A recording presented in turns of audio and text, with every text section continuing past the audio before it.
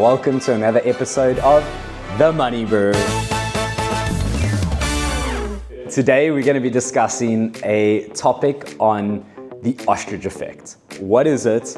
Is it something that's affecting you, and what can be done to overcome it? The Ostrich Effect, for those that don't know, is essentially what it says on the tin, or how you would visualize the Ostrich Effect. It's essentially digging your head in the sand and avoiding the real problem, not facing the real problem.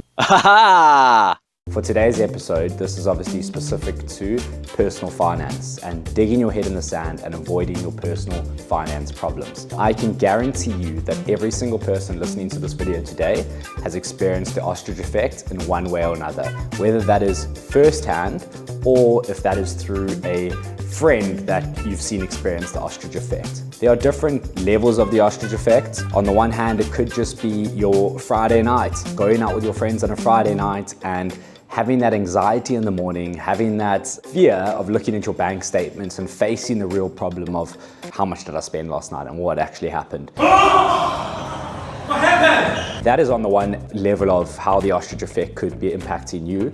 On the other end of the spectrum, it could be something more serious where you've got a pile of bills on your table that haven't been attended to. You've got emails for late payments and you are just avoiding this and putting your head in the sand because it makes you feel too anxious and you don't want to deal with it. Now, this is a really serious problem for two reasons. The first is the financial impact. If you are ignoring bills, if you are ignoring late payment emails, you're likely incurring interest at an extremely high rate. So the one impact is financial, but I feel that that's less of an impact as to the emotional side of this. Now, I'm sure this will resonate with a lot of people watching the video today, where if you're on this end of the spectrum where this is quite serious, it's going to be impacting your life in a whole bunch of ways, not just the financial impact.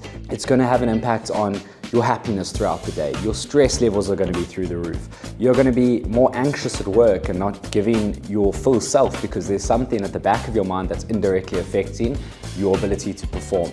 It could be having an impact on your friendships. It could be having an impact on your relationships. And I think a lot of people just need to have this self-awareness of the impact that it does have, and it's not just financial. Oh, hello there. Just a reminder, this is not financial advice. This is just me and Coconut sharing our personal finance tips that have helped us on our journey to financial freedom. Now, I can tell you that working in finance for 7 years and working at a big 4 firm in the UK, that this is not just for your everyday Joe. This is a problem that is experienced through all industries and even accountants. People that have studied finance for 5 to 10 to 15 years also have the same problem just like you. So this is a universal issue.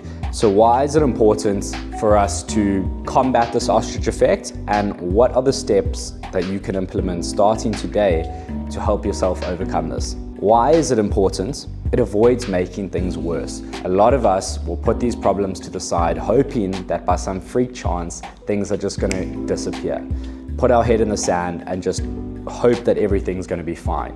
Unfortunately, the opposite is true. These problems compound, they start to get worse if you have unpaid debt at a high interest rate that's only going to grow. So unfortunately, the truth is that these problems get bigger the more we avoid them. So what can you do about the Ostrich Effect that's going to help your situation? Here are 2 things that you can walk away with and start to implement today to help you overcome the Ostrich Effect. The first is awareness. Awareness equals control. What do I mean by that? Well, you don't need to be an expert in finance. You don't need to be absolutely perfect in everything you do regarding your finances, but you do need to face the truth. It's small actions can avoid big mistakes. The second is now scheduling time into your diary. Now, everyone will work differently, so come up with a method that works really well for you personally. A lot of people I've helped on this journey, it's really worked for them, is scheduling a time, whether it's 30 minutes once a week, to face those problems. Now, I would suggest doing this on a Friday. Why? Because Monday we've got the stress of a new week. We've just come off the back of a fun and enjoying weekend. Whereas on a Friday morning, it doesn't matter what happens. You've got the weekend to look forward to. You've got a lot of things that are bringing you up, making you feel positive. So generally, I find a Friday morning slot works the best for everyone to face these issues. What are you doing during this time slot? You're going to be addressing all your bills, making sure that they're paid on time. You're going to be looking at your finances, looking at what have I got on my credit card this month? What have I got left in my bank accounts? And that will give you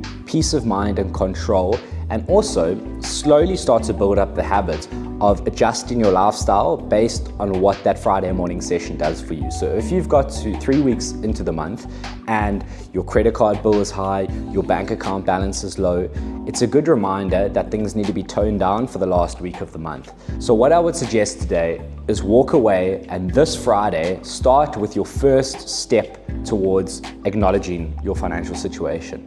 Open up your bank statement on Friday, look at all of your outstanding debts, and continue to do this on a weekly basis, and you will find a massive, massive improvement. Because at the end of the day, all of this encapsulates into the emotional burden that we carry on a day-to-day basis. And I can promise you, having this clarity, having the control, and having this awareness is going to do a 360 change on your life. Facing your finances at the end of the day isn't just about money.